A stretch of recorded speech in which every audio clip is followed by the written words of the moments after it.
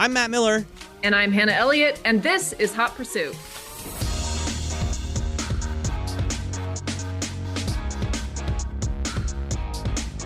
And you are back stateside. I'm back. So I'm back stateside after a rainy week in Rome. I'm really excited to hear about your time in Rome, mainly because I want to hear about Ola, but also about the car that you were driving, the CLA.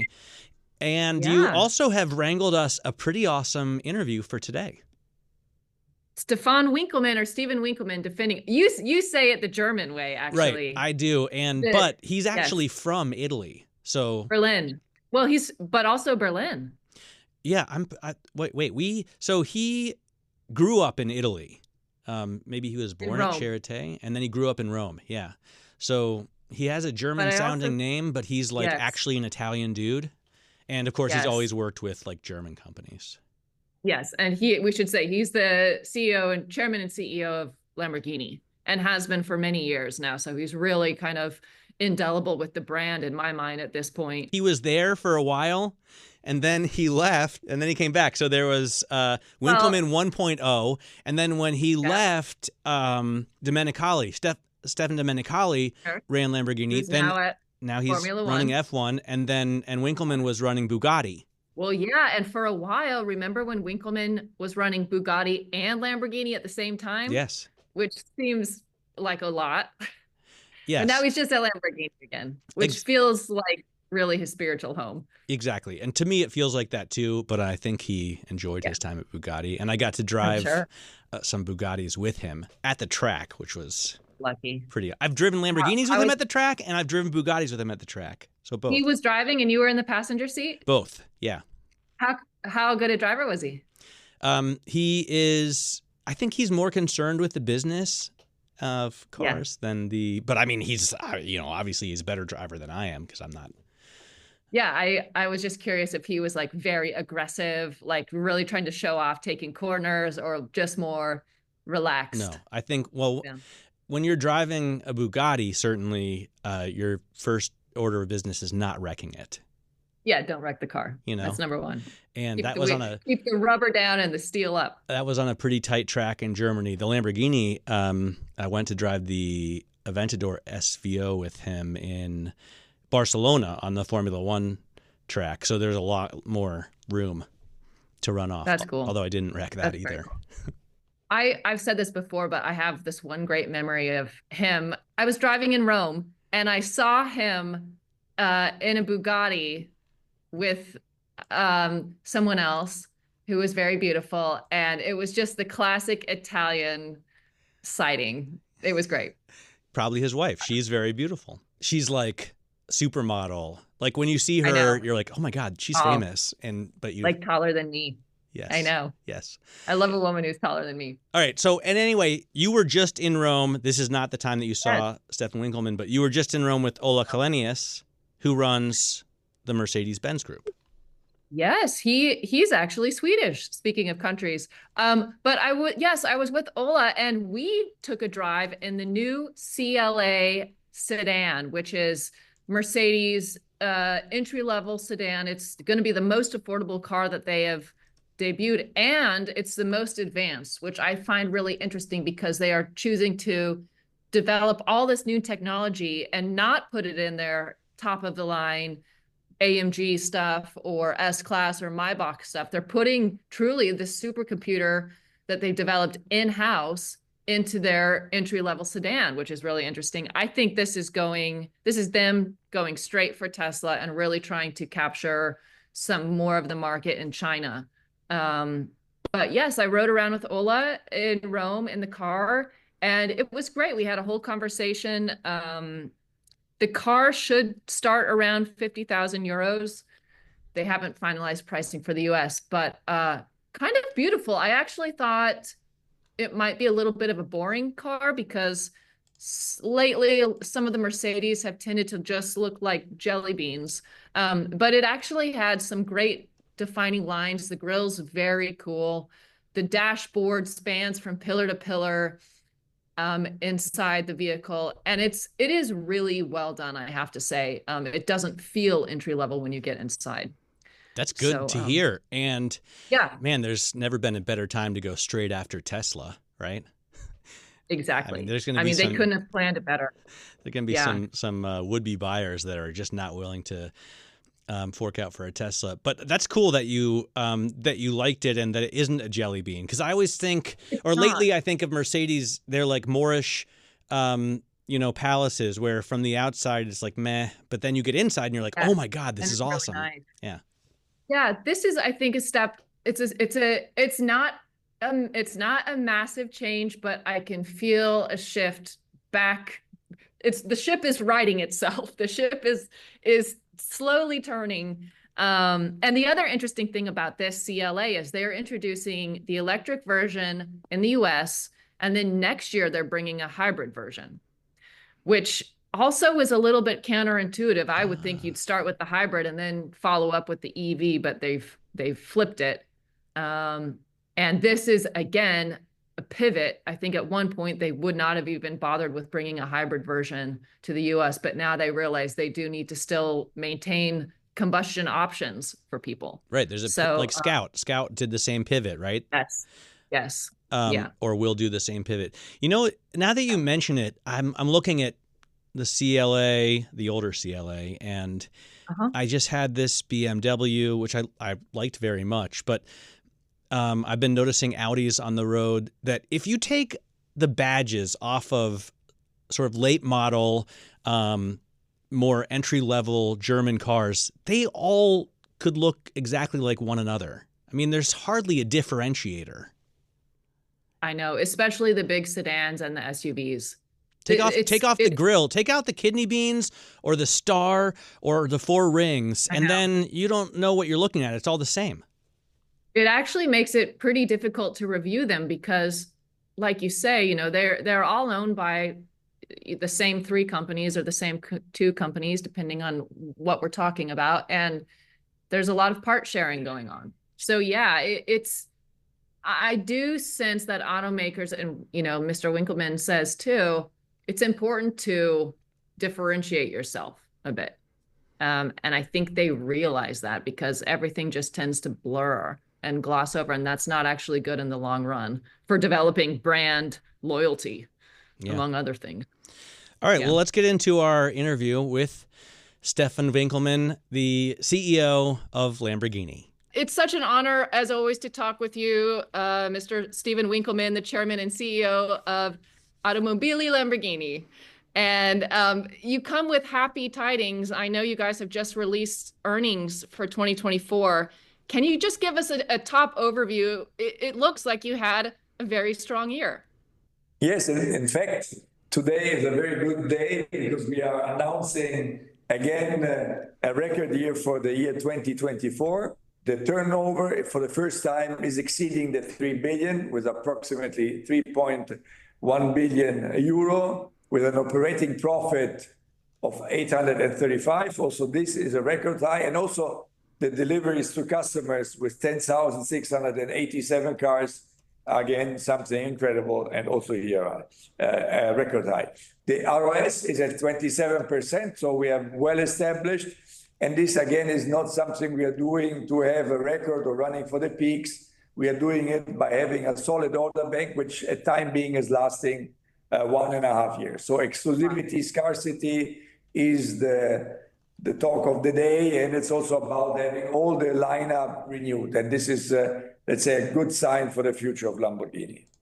Can I ask? I mean, I just want to ask about the breakdown. So 10,000, more than 10,000 cars, and how many of those are, Revueltos and how many are Uruses? The Revuelto, we are around, the Urus is a bit more than 5,000, so around 5,500. We have around 1,400 Revuelto, and the rest is Huracan. So we have more or less 50-50 between the two, let's say, type of cars, the supercars on one hand side and the Urus on the other side. I think that's so interesting. Can you talk a little bit about the breakdown, since we're talking about breakdowns, of hybrids versus combustion engines? Of course, everyone last year seemed to be a little surprised EVs weren't selling more. You guys have said you're really going to stay in the hybrid and combustion range for a while. What's your update with that? I think that now speaking the 20th of March and 25, the decisions we took in the last years were the right ones, because we said we don't need to be the first ones to do the things, but when we do it, we have to do it right. And we have to keep the promise of being more performing and less emitting CO2 emissions.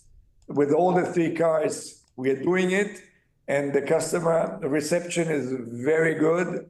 We have done what, in my opinion, was the right approach, not too courageous, but the right steps at the right time. The next step would be, by the end of the decade, to have an additional car, which will be then the first full electric car. And I think by that time, it's okay to have 3 plug-in hybrids, so with strong combustion engines like the V12 and the V8s, and 1 additional BEV car, which then is a good roundup of our product range. By the way, would the fully electric vehicle be one of the supercars, or do you think you could put out a fully electric SUV first? No, the idea is to have something which is neither nor. No, we will not go into the supercars and not an SUV. We are planning what is missing in our lineup, which is a GT, a 2+2, which is the classic car which every exclusive or luxury manufacturer has in his lineup, which we had in the 60s and 70s. And I think that this is a good add-on for our car company. You have to see that in average, our customers have around 10 cars. So it's never the first car they are buying as a Lamborghini. So they have a multiple choice to drive the right car in the right moment during the week or the months. And therefore, we think that to have this new body style as the first electric car is a perfect match for Lamborghini. Because we leave untouched the 2 supercars, they will be plug-in hybrids and also the Urus. So I have to ask about China. I'm just so curious because for so many years, that was the most promising market for almost every automaker. And it's been somewhat rough going in 2024 for many others. How important is China for Lamborghini to succeed in? And what are the prospects there? What makes sense for a Lamborghini in China? So for me to get, let's say, China into the right perspective, we have to see that China, in terms of car market, is the biggest by far. So it's more than 25% of total sales globally is the China market. But if we come to the luxury market, it's less than 10%. And for us, it was always a bit less than 10%. So we were never overexposed. And in China, what happened in the last years, that there was the real estate crisis, which is still ongoing. So let's say the luxury market was the one suffering the most, and it's still suffering. So for us, not being that exposed, we had a quite easy task to reallocate the cars to other markets. And this is what we are still going. And this was, let's say, the first surprise when it first happened. But now it's 3 years in a row that the market is weak. So already in the budget or at the beginning of the year, we have an idea on where the cars are going if they're not going to China. Do you guys even need to be in China? Particularly, it's still a big market also for Automobile Lamborghini. We are not here to win a sprint race. We are here to stay. And we always have a long-term strategy, and therefore China is and will stay important for us. You know, over a third of your cars are sold in the U.S., I believe, last year, right? And almost 4,000 cars sold in the U.S. And 3,000 in the U.S. Wasn't it like 3,700? Or am I thinking of North America? This is the entire region, so including Canada and also then the rest of the South American. So it was 3,000. The exact number, I can give you, the exact number was 3,284 in the US. Wow. All right. So about a third, let's say, almost a third. About a third, you're right. But yes, it was growth. Less, but about a third. It was growth, right? It was... yes, from 3,000 to 3,284. So the thing is... 9% growth from 23 to 24. I was surprised to see today, somewhere I saw a story, I guess you talk to other news organizations as well, and somewhere I saw a story that tariffs could actually hurt Lamborghini sales in the U.S. I figured, these products are in a pricing range that makes it sort of negligible. But are you concerned that tariffs would slow growth in the U.S., and would you then make up for it with more sales in Europe? What we said is that we're working on scenarios, and that we are waiting for the final, let's say, result of what is going to be announced by the beginning of April, and then we will act accordingly. But it's a bit too early now to talk about the type of decision we are going to take, because we're still working on the different scenarios. I never said more than this in all the interviews I gave in the last weeks. All right. It does seem like in this time, every automaker is really focused on staying extremely flexible and being very able to pivot to respond to multiple factors in the market. How nimble is Lamborghini? You guys are actually kind of more of a conservative, like you say. You take a long view. How flexible are you to pivot if you need to? So one of the key elements is the length of the order bank. No, we have 1.5 years waiting list. We are never running for the peaks. We look very carefully in the size of the market each and every year. We never try to be overexposed in one market, because maybe there is in the moment in time euphoria in buying our types of cars. So we are very, let's say, humble and conservative, as you said, in the approach. And then when I look back, since COVID, we had a lot of challenges, geopolitical ones, which affected the business regionally and also globally. But we always were able to counterbalance this with other markets, and also by seeing how we can, with other suppliers, let's say, run the lack of supply.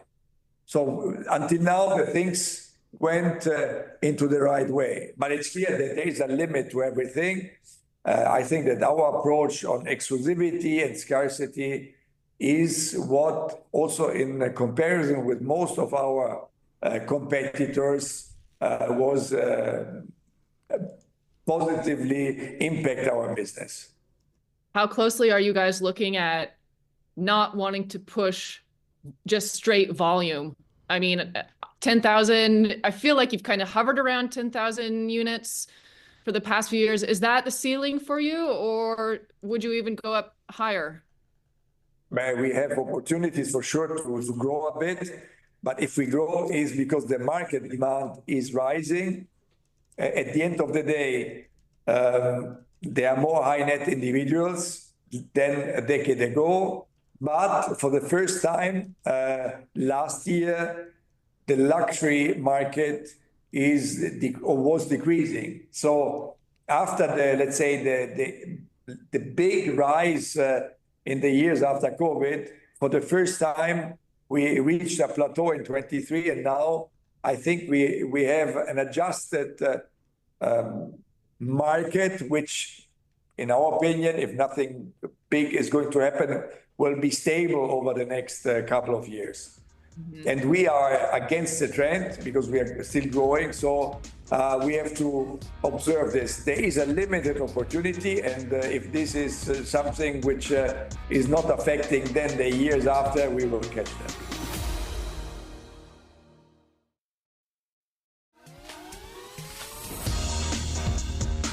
Talk to us about technology a little bit in the cars. And I ask knowing that younger buyers seem to want more tech, and they want their car to be very intelligent, seamless, have AI capabilities. Are you seeing that with your customers as well, that tech is extremely important inside the vehicle, or is it all still just about engine performance? No, it's very important. It's maybe less important than in the premium brands, because they are daily usable cars. They are cars where you, let's say, have also almost an office, or you have such a use which is so extended over each and every day that you want to have all the comfort you have also at home or in your office. For us, it's a bit different because it's still about enjoying the drive, but more and more we have to include what for the premium brands is already, let's say, a daily usability or a daily must. We're doing it, and it's well accepted, but we have to do also here the things at the right time. We don't have to overload the cars, because we also have to see the weight, the cost, and where we put the money at the end of the day once we develop a car like ours. By the way, I was asking. But for sure, we have a good advantage in this sense, because we are part of the Volkswagen Group, and here in terms of software development, for sure, against other competitors which might have the same size that we have, for sure we have a better access to this type of technology. I was asking Benedetto Vigna about this, and he said, no way, Jose. But would you consider differentiating yourself by offering a car that's purely analog? A car with virtually no screens, that has actual gauges and, a stick shift, a handbrake. I'm sure that in the $1 million, $2, $3, $4 million stratosphere, you could sell a car like that. But when you decide to develop a car, you have a platform, and you have to decide whether you go left or right. The platform never catches everything. So for us, we have to find the perfect balance for the majority of the customers. So technology is to the utmost performance, and it's about the combustion engines. It's about the emotion which is giving you. But for sure, at time being, we are not planning to have stick shifts. We are planning always to have what is possible in terms of analog and analog feeling. Also the touch, we have all the levers which are analog, for example. So we have a mix between screens and the click, and more also then we will have voice control. So this is a balance which is, let's say, a moving target, and more we have to adapt ourselves and the development of the future to the future generations. But the analog feeling has to remain, and this is what we think also by looking back in the development of other manufacturers which were going too much digital.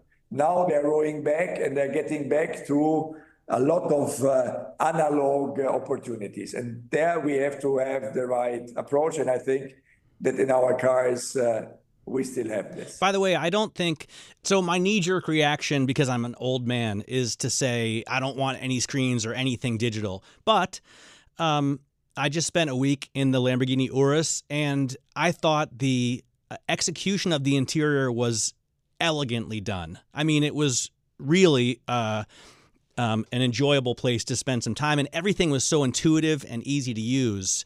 So I don't have a problem with the way you're doing it. In fact, I think you're doing it better than any of your competitors. Thank you. But by the way, coming from you, this is a huge compliment, so it's okay. By the way, Stephan, I was wondering, what do you think you do better than anybody else? I mean, I was thinking about all of the paint finish was flawless on the Urus, and I love the way that you execute the design.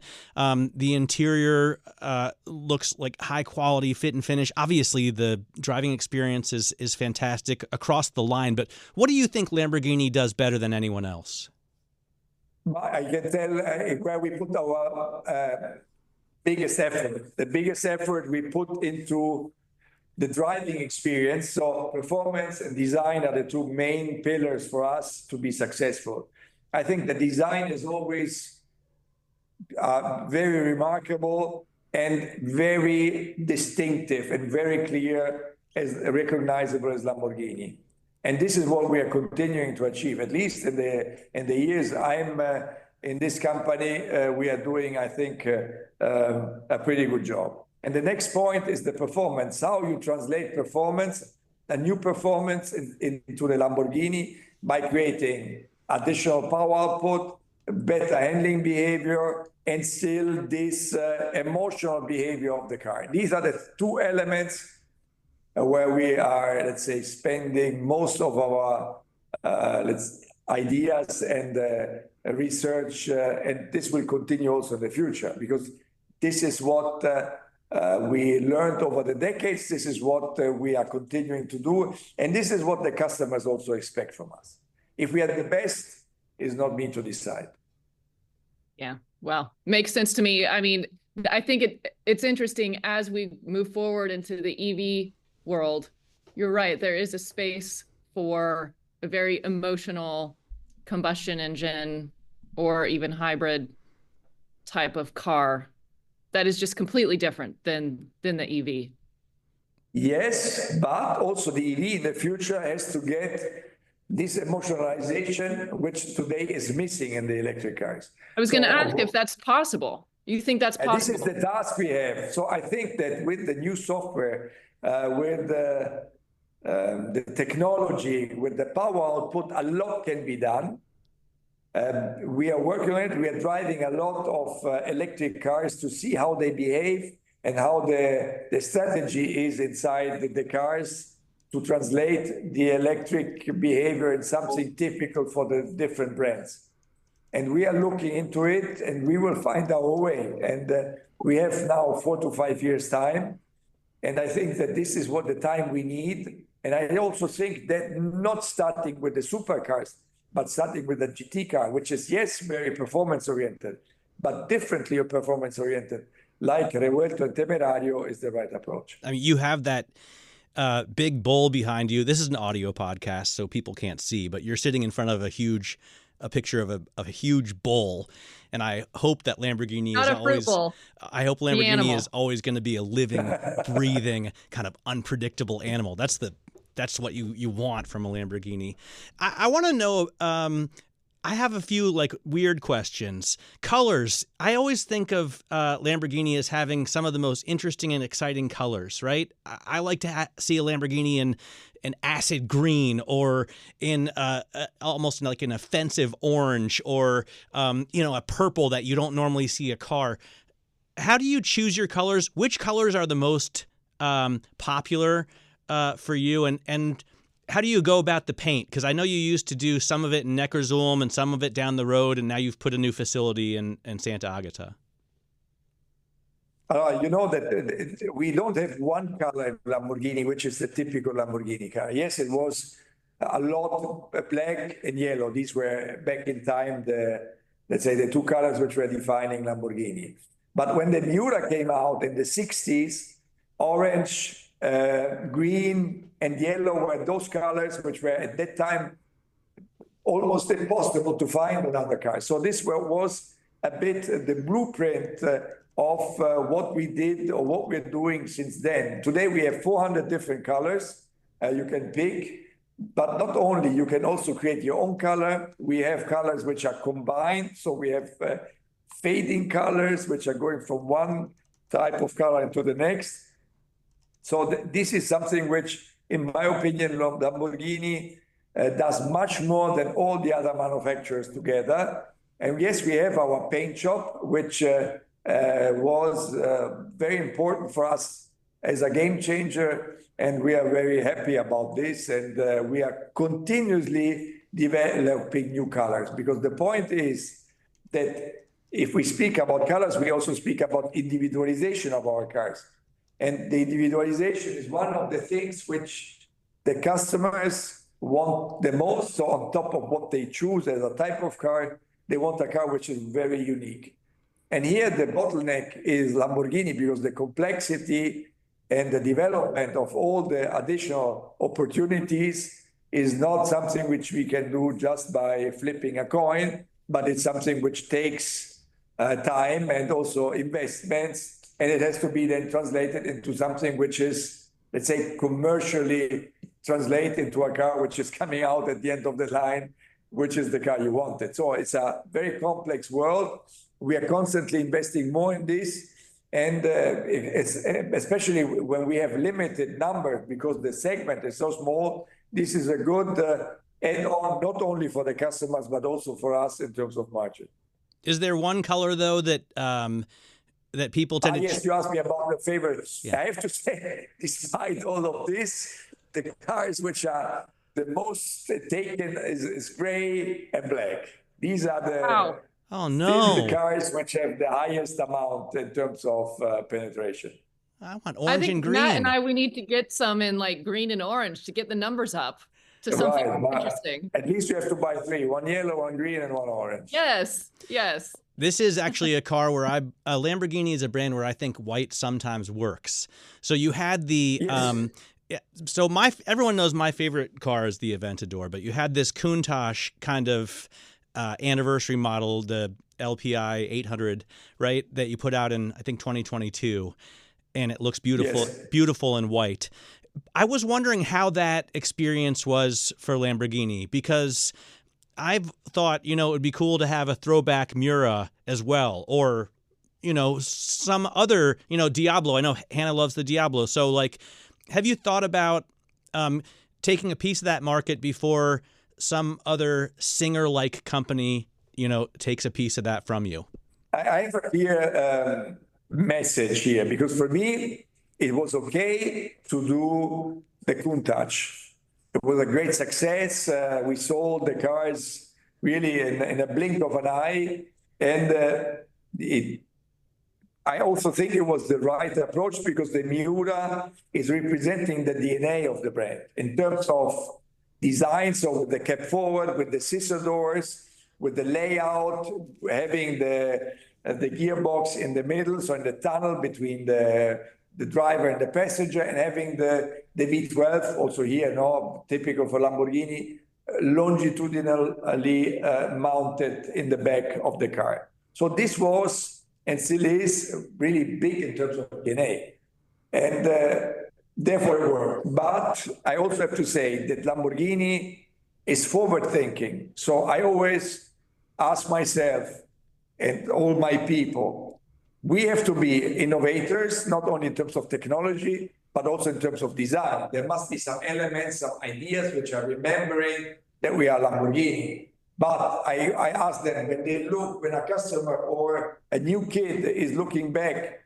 to our period of time in 30 years from now, and they see that we did a Miura, a Diablo, and so on and so forth, they would say they were running out of ideas because they were not innovative anymore. And this is what, in my opinion, is also the key element, not only of our brand, but also of our cars. So always to be trendsetters and ahead of the time in every sense, in terms of technology, but also especially in terms of design.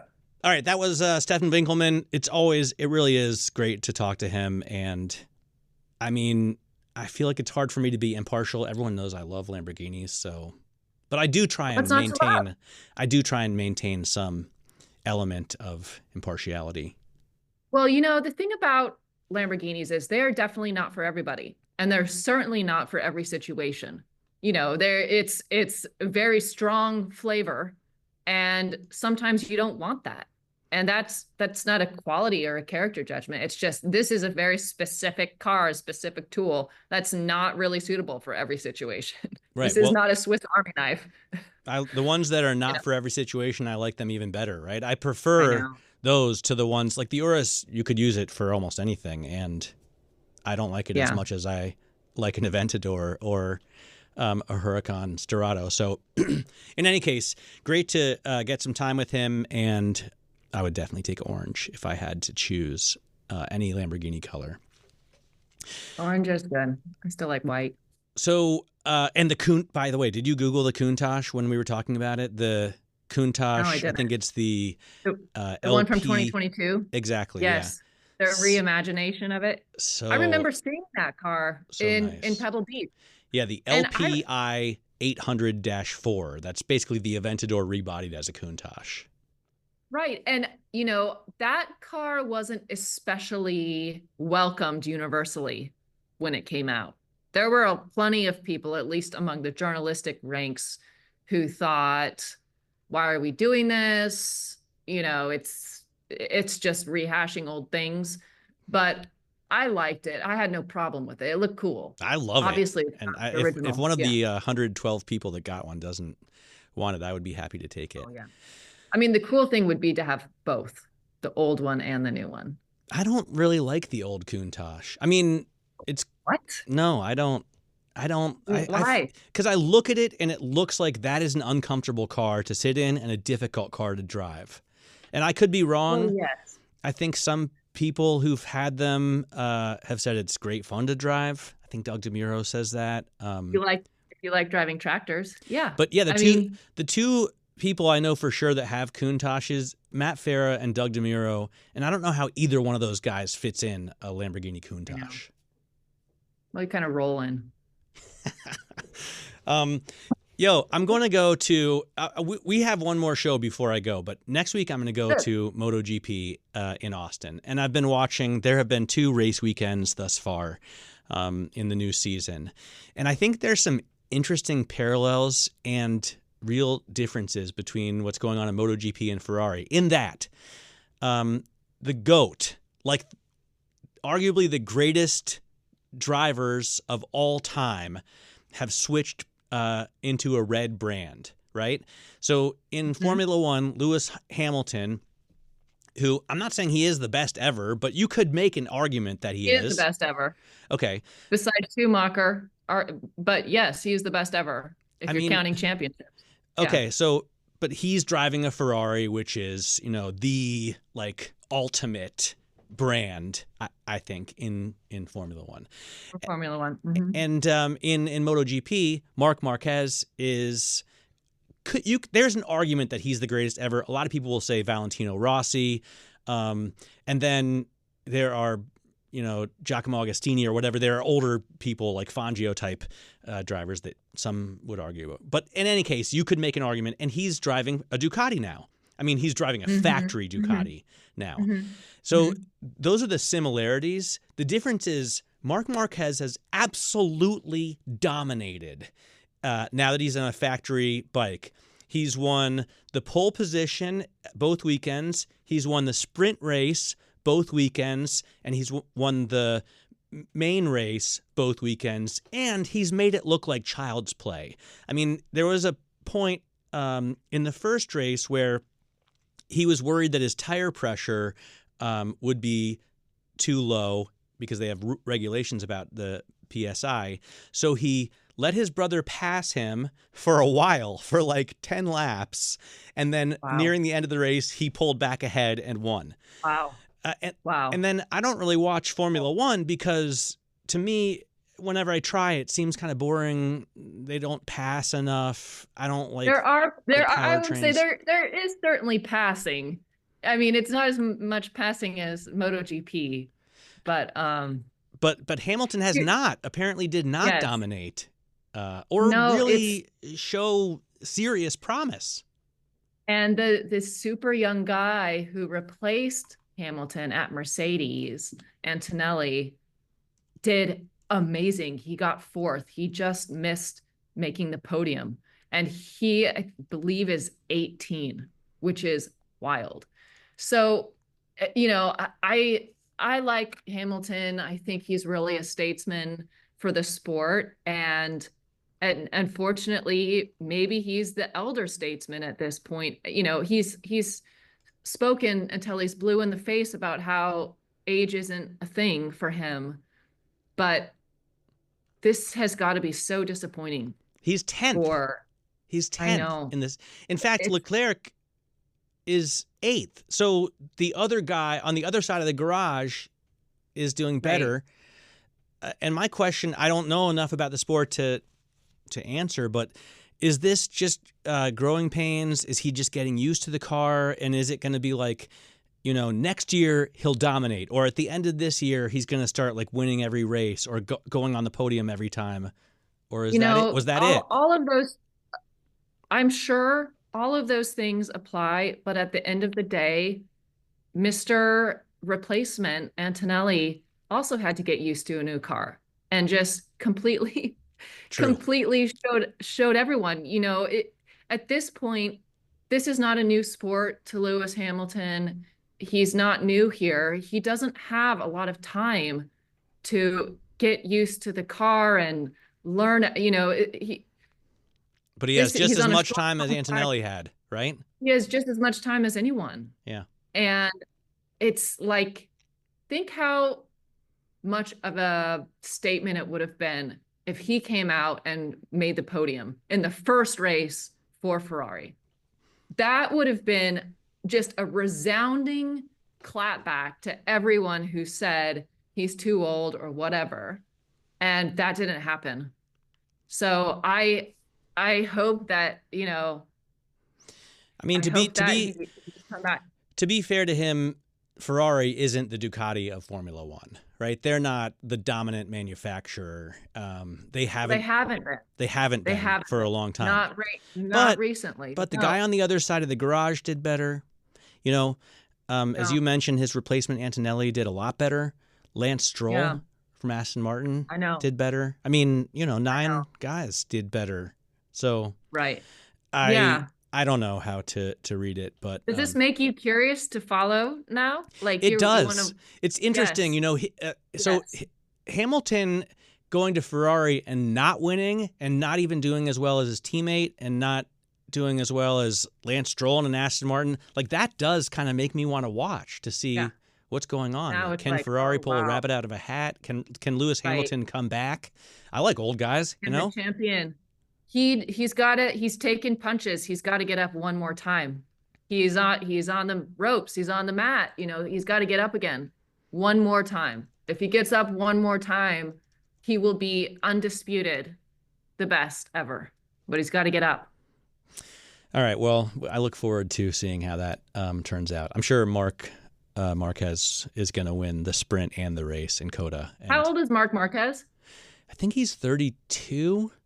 Maybe he's not one of the young kids. So as an example, when he came to this team, and also when he went to the team he was racing for last year, they suggested a thumb brake because the kids all use thumb brakes. They don't use a foot brake for the rear end. And both times Mark has said, nope, I can't get used to it. I'm not like, you know, an 18-year-old in this sport. And he sticks with the tried and true foot brake, and he's better at braking than anyone else.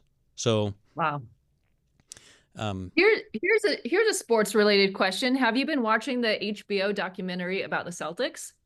I haven't actually, and you know the Celtics sold for $6.1 billion. Oh, I did not see that. Yeah. Who bought them? The most ever paid for.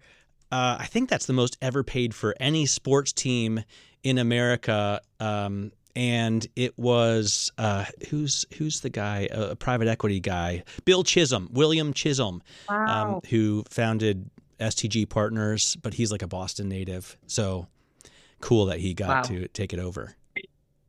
Wow. Are you interested in basketball at all, Matt, or no? You know what? I love going to basketball games. In terms of live sports to watch, I think basketball would be my favorite after racing. And when I was a kid, I was a huge Lakers fan, and I hated the Celtics. But I haven't been watching lately. I did live in Germany for many years, so there was not much NBA to watch there. Well, I thought it was pretty good. My dad was a big Celtics fan during the Larry Bird era. So you know, that team does have a little log in my memory. It's good if you do end up watching it. All right. Well, I think that does it for us this week because we've started talking about basketball. But oh no, we'll be That's back way off. Same time, same place next week. I'm Matt Miller. And I'm Hannah Elliott, and this is Bloomberg.